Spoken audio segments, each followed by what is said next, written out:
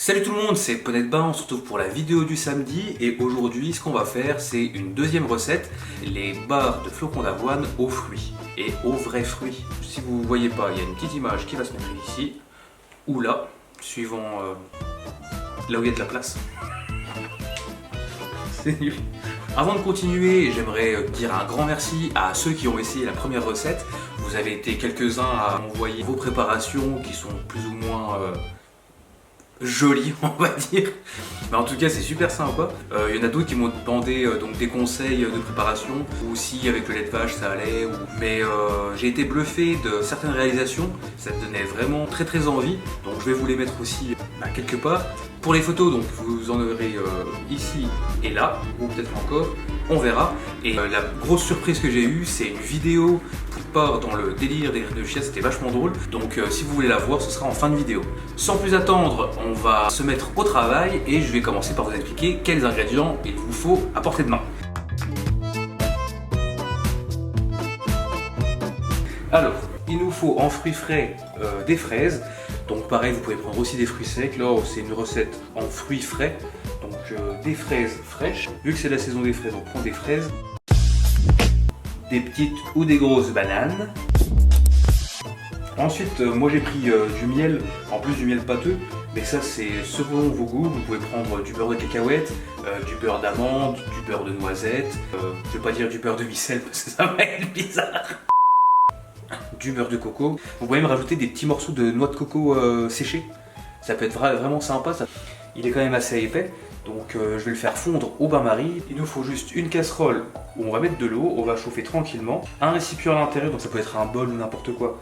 Vous le mettez dedans avec ce que vous voulez faire fondre.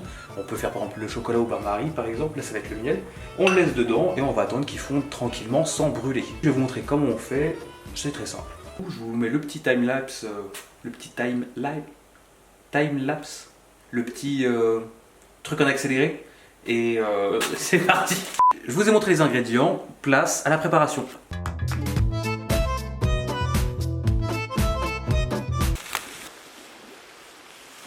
C'est bien beau de faire des petites images, mais il faut peser le flocon d'avoine. Donc là, dans notre cas, il faut 200 grammes.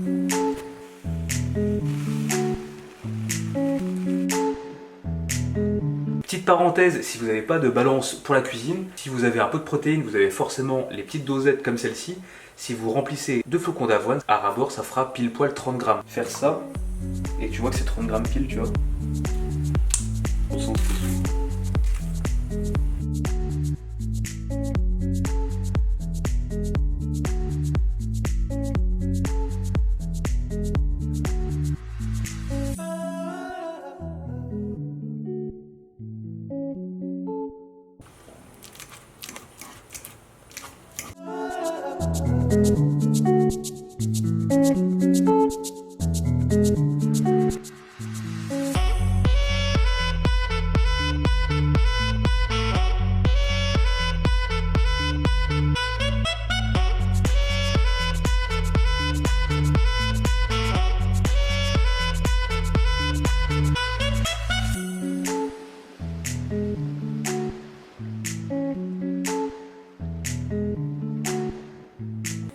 Ça commence à avoir la bonne texture de... Donc on est sur la bonne voie.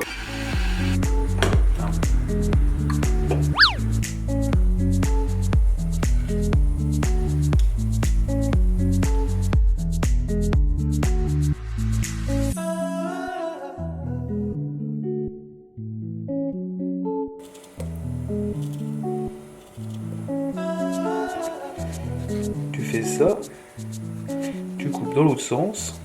Hop, hop, hop. Et quand c'est gros,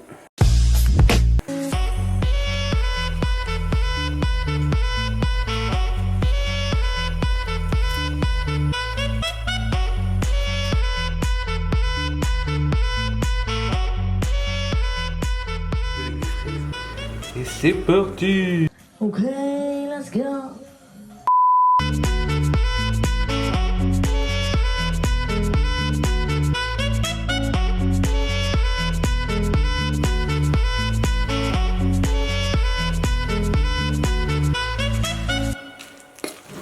pourrais manger ça tout de suite comme ça.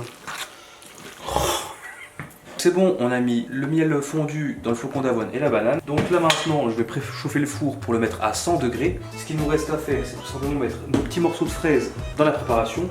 Alors surtout, quand vous les mettez et vous mélangez, faites attention à pas trop forcer pour pas les écraser, faut pas que ça devienne de la purée.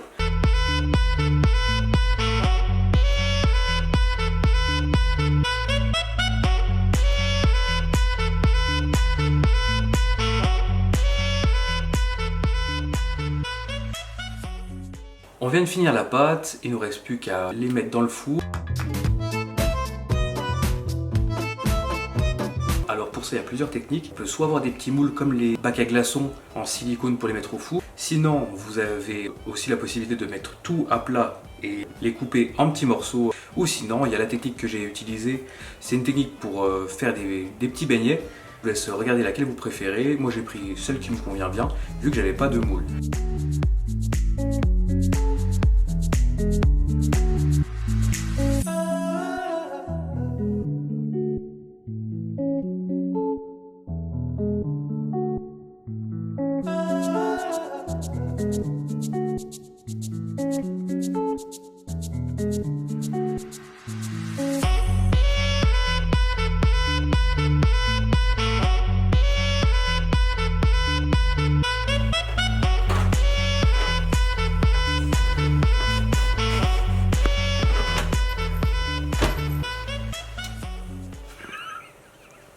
Le temps de cuisson est de 45 minutes.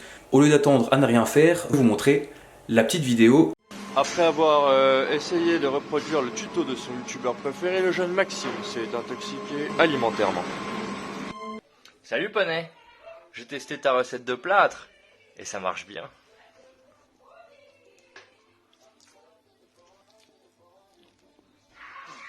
Du coup j'ai réparé mes chiottes avec, super cool.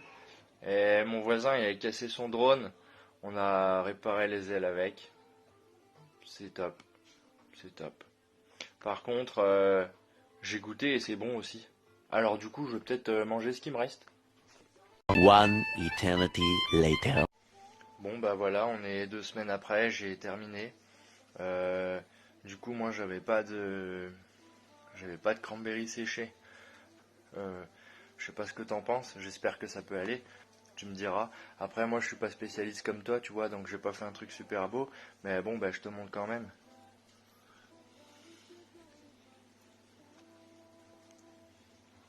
Voilà, bah je vais essayer de manger. Ça fait plus de 45 minutes que c'est dans le four, c'était à 100 degrés mais ça restait toujours un peu mou.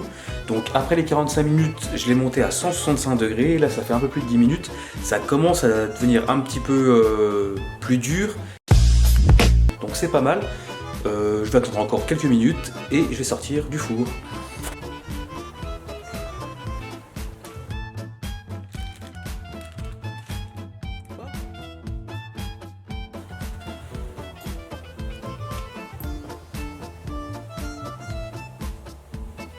Et un petit pouce bleu. Alors, c'est parti, on va les sortir du four.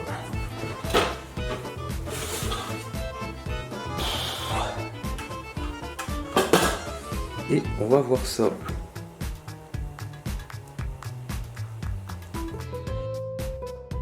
Alors vous avez vu, ça a l'air plutôt appétissant. Je vais goûter ça une fois que ce sera froid. En attendant, si vous testez la recette, vous pouvez me l'envoyer. Et si vous avez d'autres idées pour des recettes, n'hésitez pas à les mettre en commentaire, donnez-moi votre avis.